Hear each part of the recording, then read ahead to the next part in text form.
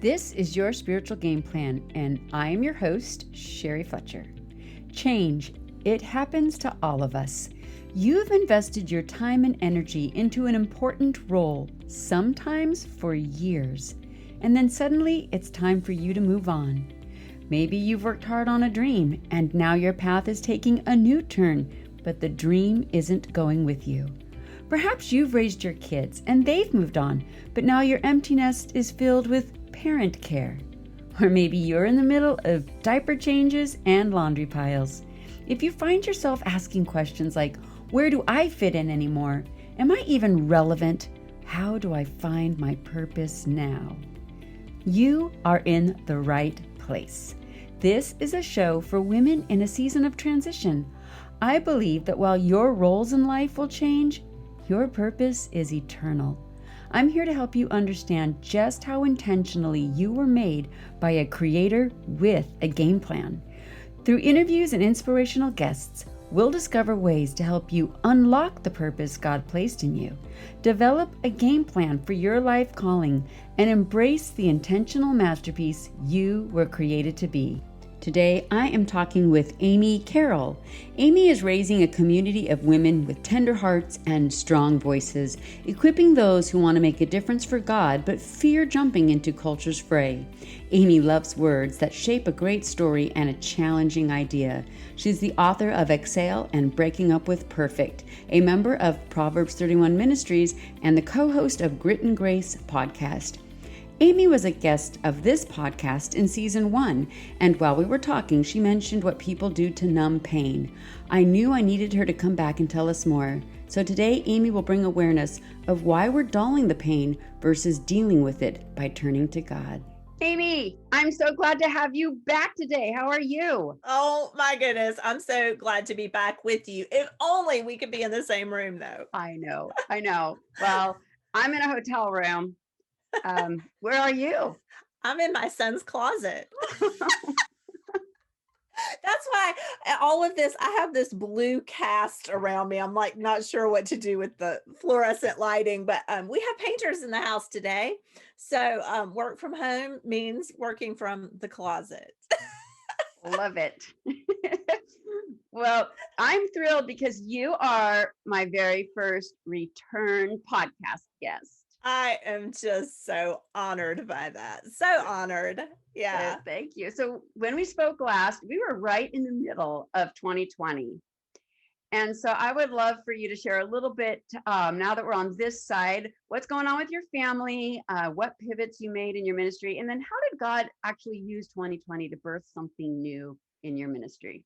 Well, it has been a fascinating year, hasn't it? And I say that with a lot of I want to be careful because it hasn't been fascinating for a lot of people, right? Right. It's been devastating for lots of our friends. And so I want to acknowledge that. And in our family, we are grateful that it has not been devastating. In so many ways we haven't suffered like other people have, but I have learned a lot. And I guess the main pivot, of course, for all of us is that most of my ministry has become virtual. And so I'm doing lots of conversations just like the one that we're doing today. And that has been delightful in lots of ways, but I long to be in person with people again. And so for our family, our oldest son was home for 7 months from a national tour that he was on. He, of course, that all ground to a screeching halt. And we just loved having him home. And now he's living close by for a little while. And so we're excited about that too. It's been nice to spend more time with him. Um, but the big thing is that my husband, in the middle of everything, was looking at his hotel points situation, which has gone to zero, of course. But he said, Amy, I spent over half the nights away from home last year. Well, he has spent every night at home this year. And you know what? That has been so It's been hard in some ways. Can we just acknowledge that? Yeah. But it's a lot of togetherness. And I think he would say the same thing because we're both working from home. But it's been really good because what I realized is we had kind of gone into this phase of living like honeymooners where he was only home half the time. So when he was home, we were just living it up. We were having a great time. But what happens sometimes in those cases is you're not dealing with some of the issues, the Right. rubs that are happening, and we've been dealing with those this year. But on the other side of that, I think we've come through so much stronger and closer. So it's been a blessing to our marriage, even though there have been some hard moments. Yeah. Definitely. Yeah. I think everyone who's had to go from their husbands working elsewhere to working at home have there's some struggles. Oh yeah. Oh yeah. But Those it's good. It's humbling. yes, growth opportunities is what we call those, right? Growth opportunities. I've had plenty. Awesome. Well, I like to have some fun facts before we dig in. And so I heard you have a tagline on your podcast with Sherry Gregory. You're known for saying that you are good girls breaking bad rules. But Yes. Sherry kind of gave me a little bit of a secret about you that you actually are a rebel rule follower. I'm like, don't know what that means. So what determines whether you're going to follow a rule or break it? Well, I started laughing when I saw this question in the show notes, and I had to decide, am I going to give you the real deal or am I going to polish it up a little bit? So I'm going to give you the real deal. Yay. Um, so I am a reforming perfectionist. And as a reforming perfectionist, I very much have this part of me that follows the rules, because I like rules. Rules are safe. They give me the guidelines for how to win your love and approval. And that this is what perfectionists do. And I like them. But then the rebel part of me is I follow the rules until I think your rules are stupid. That was what I thought. Maybe I should polish that up a little. I was like, no. But this reveals the other downside to perfectionism, which is we're quite judgy people.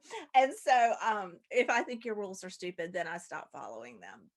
But I have tried to temper both of those things Yes.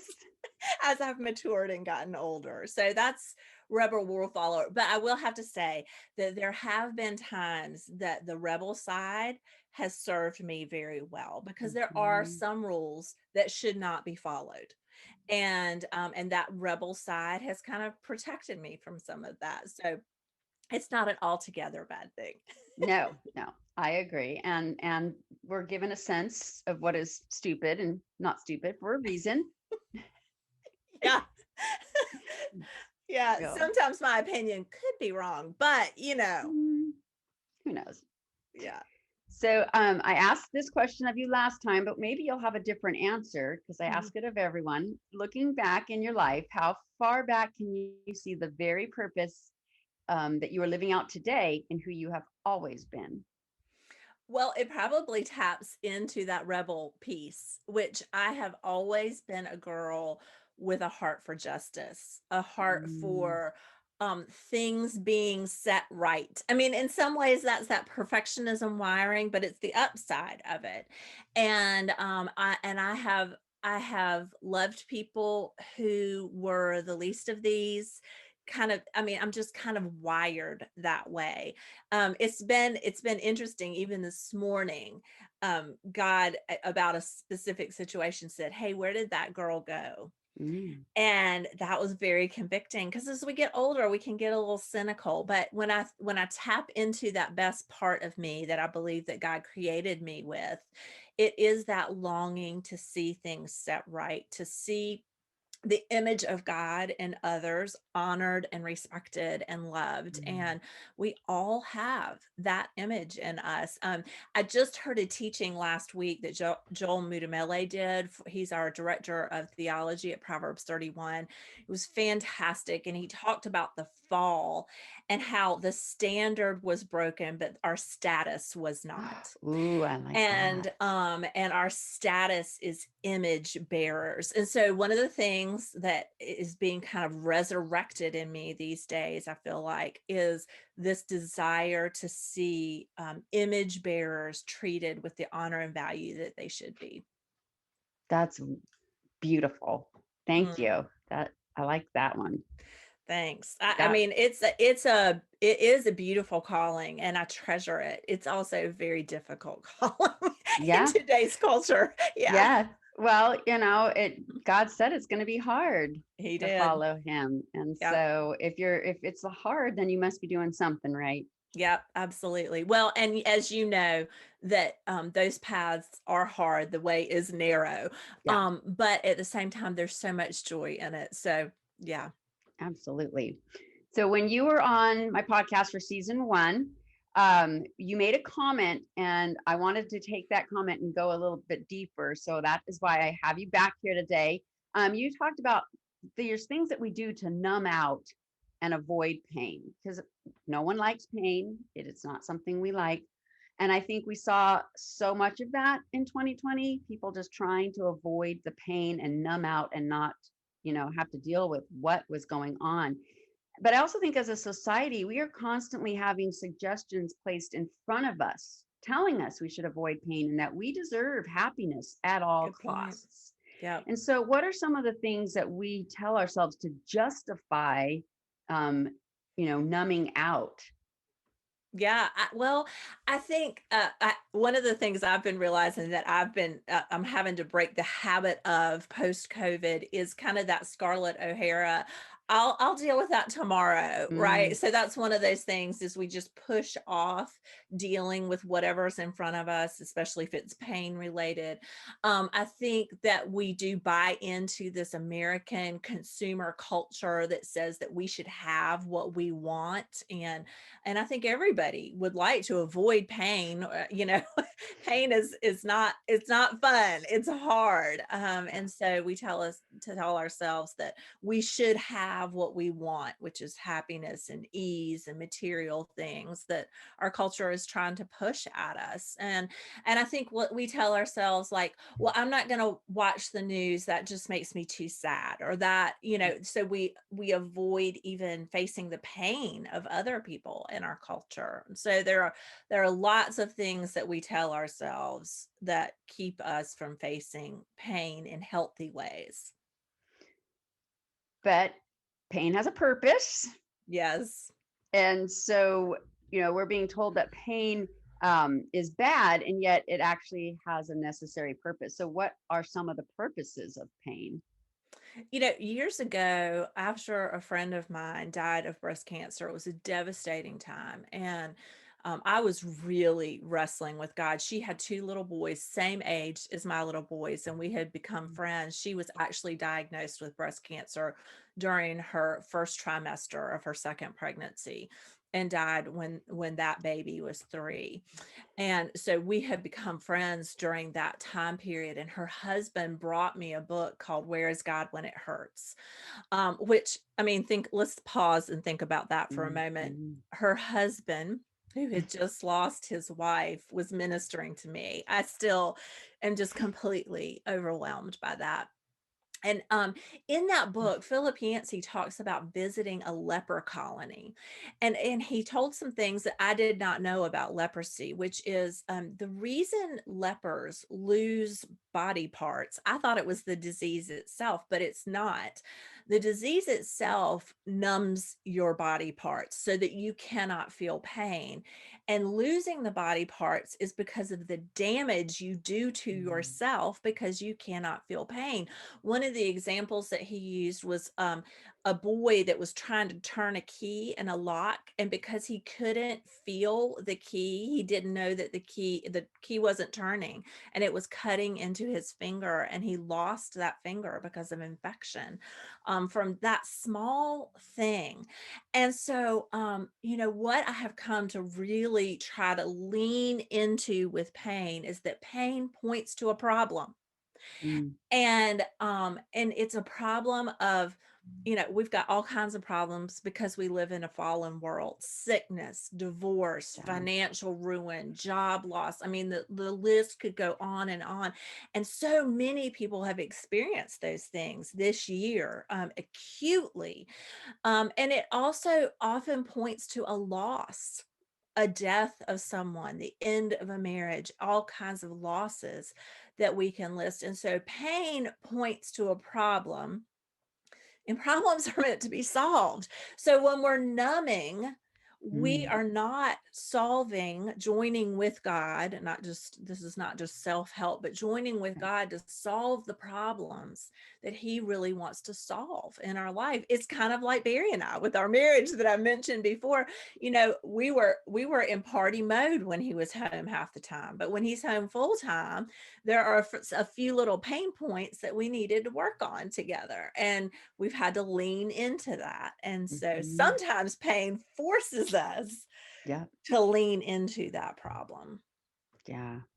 That's good. I like that thought. I hadn't heard about that about leprosy either. Isn't that Um, fascinating? yeah. Yeah. It's, so the enemy doesn't want us to feel anything, like you just mentioned. For sure, not joy. Right. But he tells us that if God really loved us, we wouldn't feel that pain. Hmm. And so why is that such a loud, how is the enemy getting into our heads so deeply? And why is it bad, getting such a bad rep that we should, or why are feelings getting such a bad rep on that? I think Christians have a really we have a very mixed and kind of wonky view of our feelings. For before we followed God, we pretty much followed our feelings, and we know that Mhm. that is disastrous. But also in the Christian faith, in the church, there seems to be kind of a shift to an opposite extreme that I think is equally destructive, which says that if feelings do not equal faith. And so you've heard things like, oh, she's so strong, I didn't see her cry a single time after her husband died. Well, that's not strength, that's unhealthy. And so, but we see these kinds of stoic shows of lack of emotion as equivalent to faith, and that is not healthy either. And it was interesting because as I blogged about this on my website, one of the things I started to dig into is, what feelings does God have? And God has the whole gamut of feelings, and Mhm. it's right in scripture if we dig into it. In the Old Testament, there are things like wrath, but also sorrow and love and joy. And then in the New Testament, we know that Hebrews 1 tells us that Jesus is the exact representation of God. So anything that we see and read about Jesus, we know is also in the heart of the Father. When Jesus wept, he felt joy on the cross, which is, mind blowing and counterintuitively, Yeah. because he saw our salvation. And so God has this whole gamut of feelings. And his, of course, are not like humans because they are not changeable. They are not they're not based on a whim or on the kind of day that he's having, right? um so so let's be clear that God's feelings, just like God himself, are perfect in the way that they are expressed and the way they're felt, unlike human beings. But because we are made in the image of God, he has given us these feelings. They're not something to be afraid of. What they should be doing is that if we don't want to follow our feelings, we know that the heart is deceitful above all Right. things. That is true. But if we allow our feelings to emerge in a way that connects our heart to God's heart, then that's exactly what we were created for. Yeah. I oft had someone ask me once, to how would I prove God was real? Mm. They didn't believe that God was real. And I, the only answer I came up with was what God put in my heart. And I just said, well, what do you feel when I tell you this? And I said, God loves you. And she looked at me and she said, that makes me so angry. And I said, well, Wow. only a living entity that gives us emotions could stir an emotion. That's profound, my friend. And that wasn't the answer I was expecting from your friend. So, but how fascinating. But that, and your reply was perfect. As Holy Wow. Spirit, because that's, when someone asks you that right on the spot, you're like, Yeah. but God just said, tell her I love her. Mm, so good. And Really, really good. it's true. People turn to anything but God, but a living God stirs an emotion. Yes, he does. Yes, he does. Awesome. Yeah. And she wouldn't be angry if she didn't really believe, right? Yeah. That's neutral. Yeah. Yeah. There you go. Yeah. So I think the enemy had a heyday in 2020. I think that was just a party for him because Mm, ever since the beginning of time, his goal was to isolate. His goal was to take us away from God and make us turn to anything but God. And we are seeing such profound effects of the isolation from 2020 with wow. sales of alcohol, substances, online choices, and anything people are turning to because they can't deal with it and they want to dull it. Yeah. And the emotions of what we've been going through, they're intense. I mean, I'll admit I've had moments when I just wanted to run away and not have to sit still and with what was going on in my own head. But in one of your blog pieces, you wrote a topic that you shared: two self-protective strategies that we use as humans. Give us some insight into those two. Well, the two ways that I think we often what we default to or turn to is we go to someone to Mhm. deal, or we go to something to dull. And so when I say we go to someone to deal, years ago, a friend of mine asked the question, probably in a group setting, a Bible study, but you know how sometimes those things land directly on your heart, and this one landed where the Holy Spirit intended. And she said, "Do you run to the phone or do you run to the throne?"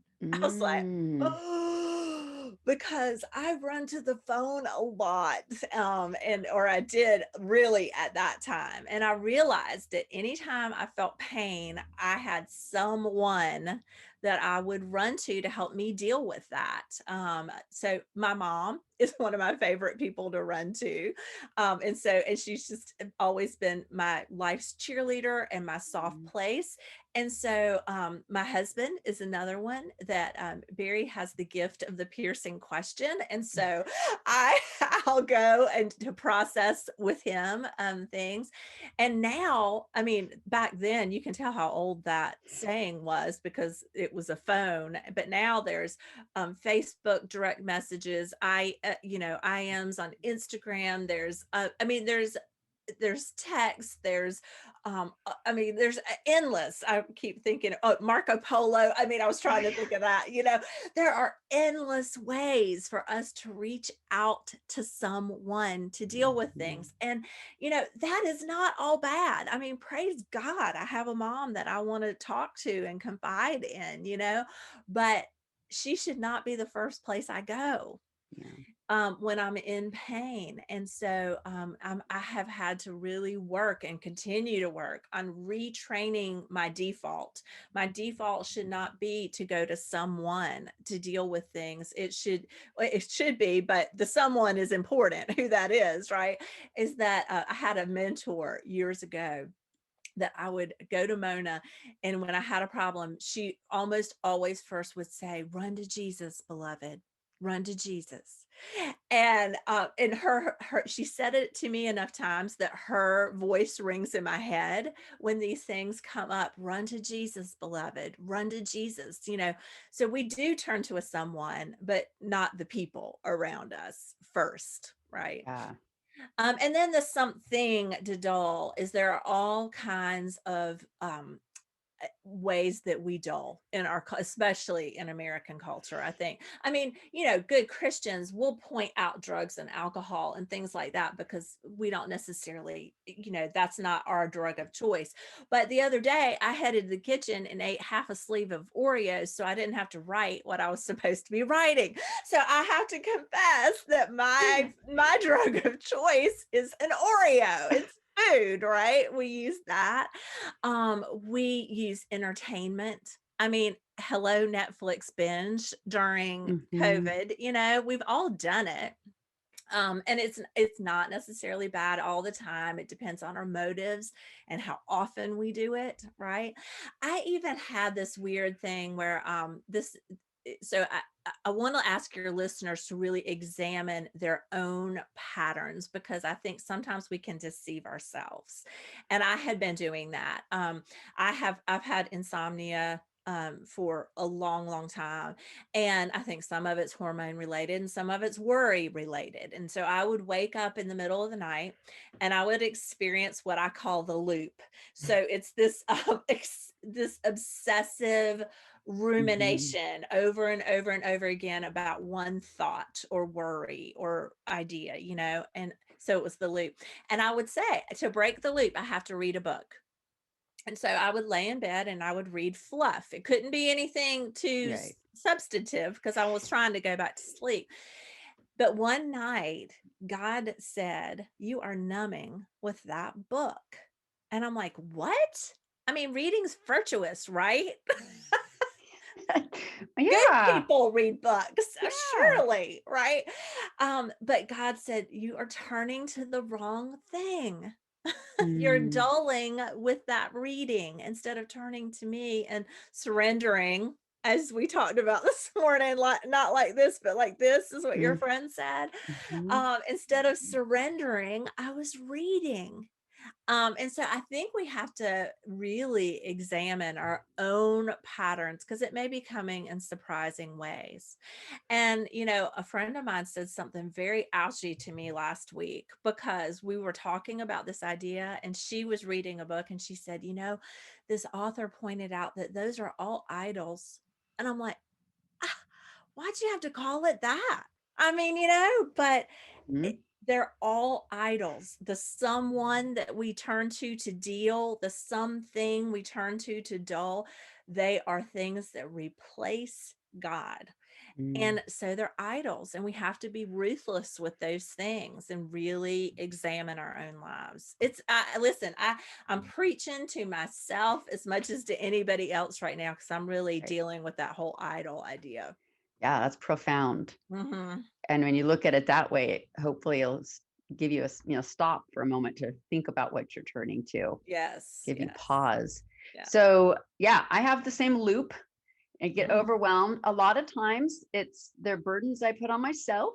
Yes. And then I also think as a mom, I have to carry other people's burdens as well. And as a wife, and you just start thinking you can help and solve and fix. And I start stressing over how I'm going to do that. But in your book, Exhale, Mhm. you give us permission to stop working so hard trying to be who I'm not. And I love it. You confirm that I'm to love who I am, and then that will enable me to live the one and only life I have well. So, how does grasping who I'm not, giving me permission to love who I am, how could that help me with the deal in the doll? I think it begins to put the emphasis on the right person, who is Jesus. I was just writing about this yesterday, how as especially as women in our culture, we just feel like we are responsible for all the things. And if you're listening and you're in that place, I want you, after you, as soon as you finish listening here, to go read Colossians 1.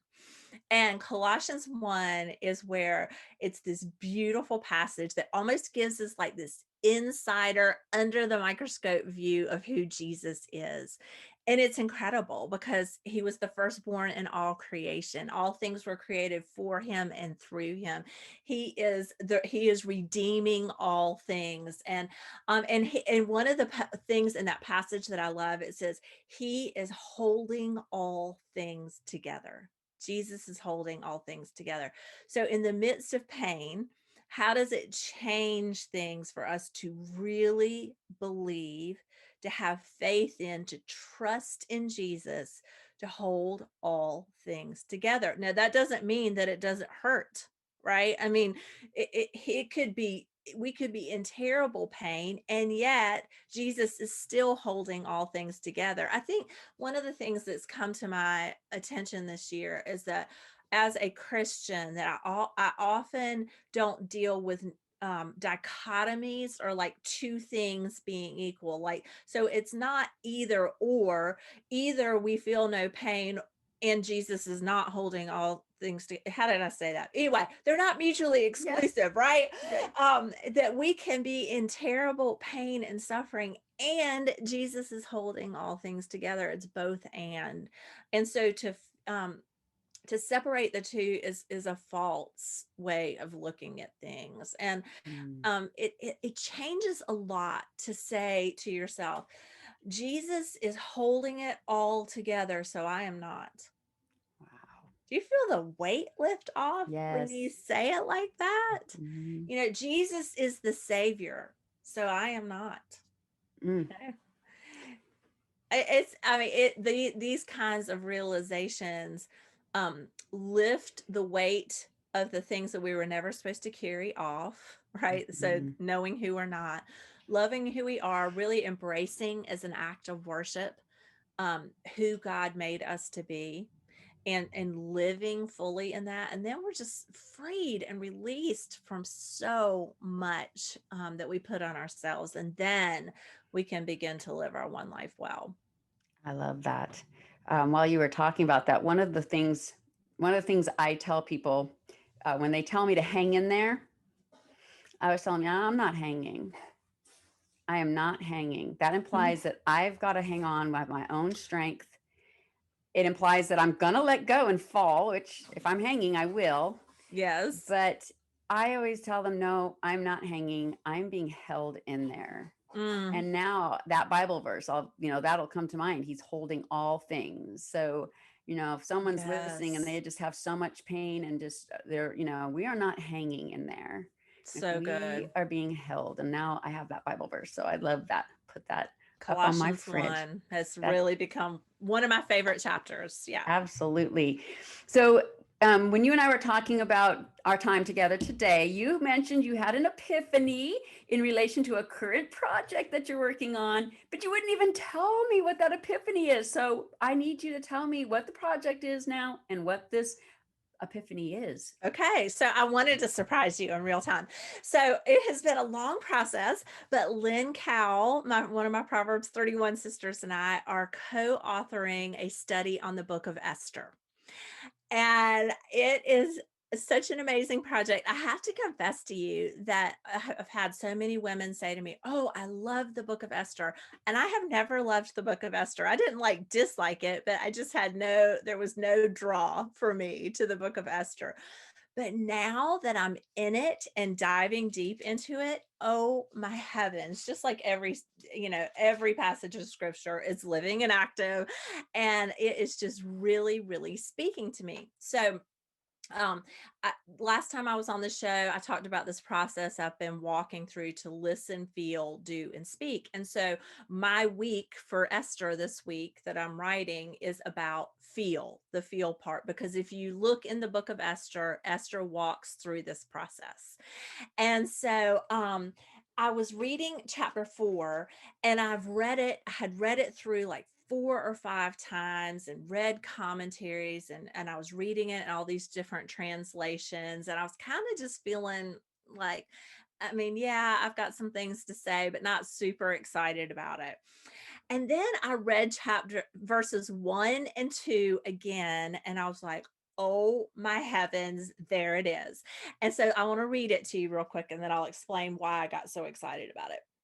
So this is Esther 4, verses 1 and 2. When Mordecai learned of all that had been done, he tore his clothes, put on sackcloth and ashes, and went out into the city, wailing loudly and bitterly. But he went only as far as the king's gate, because no one clothed in sackcloth was allowed to enter it. So here we have this scene that lots of your listeners may be familiar with, but Mordecai, yes, he's just found out that Haman and the king have issued this edict that they're going to wipe out the Jews in the Persian kingdom, which at first I was like, well, but there were some in Jerusalem, but that was all the Persian kingdom at that time. So it would basically have wiped out every living Jew. And so he has this very appropriate response of pain. He didn't dull, he didn't go to someone. He put on sackcloth and ashes and he wailed and wept. And the word in our culture that has been resurrected a little bit that we didn't hear for a long time, but I think is a great word, is the word lament. And so here we see Mordecai lamenting, and he is lamenting for the right thing. And so I started thinking, wow, there really is such a thing as good grief, right? That all grief is not bad. And I've kind of relegated it to that there is this good and healthy grief, that if my friend Linda had died and I hadn't wept and wailed, um, there would have been something wrong with me. Do you know what I'm saying? There's something wrong when we don't grieve and feel when things are broken or there's a loss.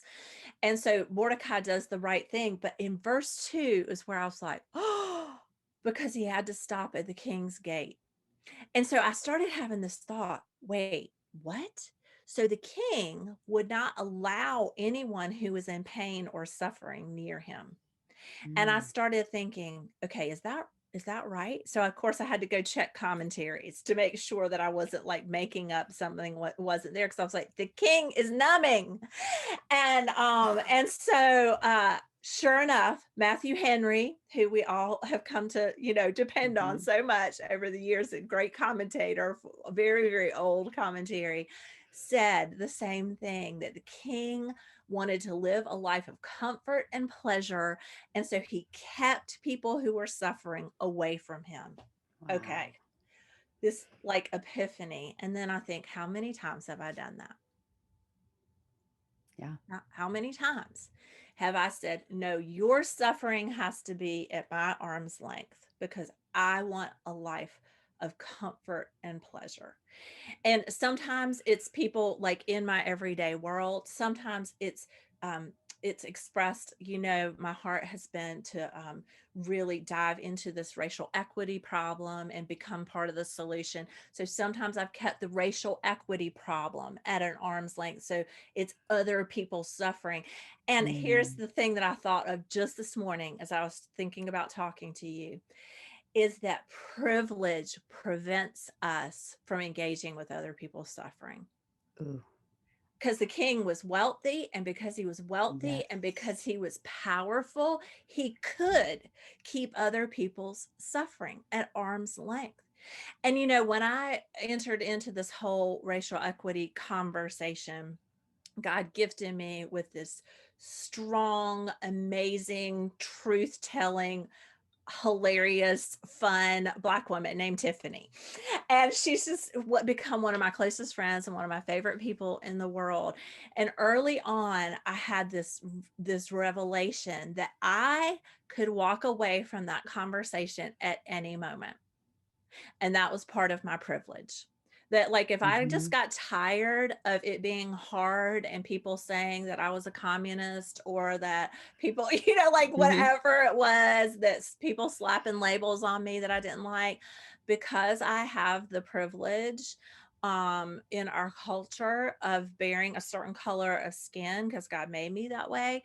Um, that I don't have to apologize for that, but it did give me the privilege of walking away from the conversation anytime that I wanted to, whereas Tiffany will never be able to walk away Mm. from the conversation.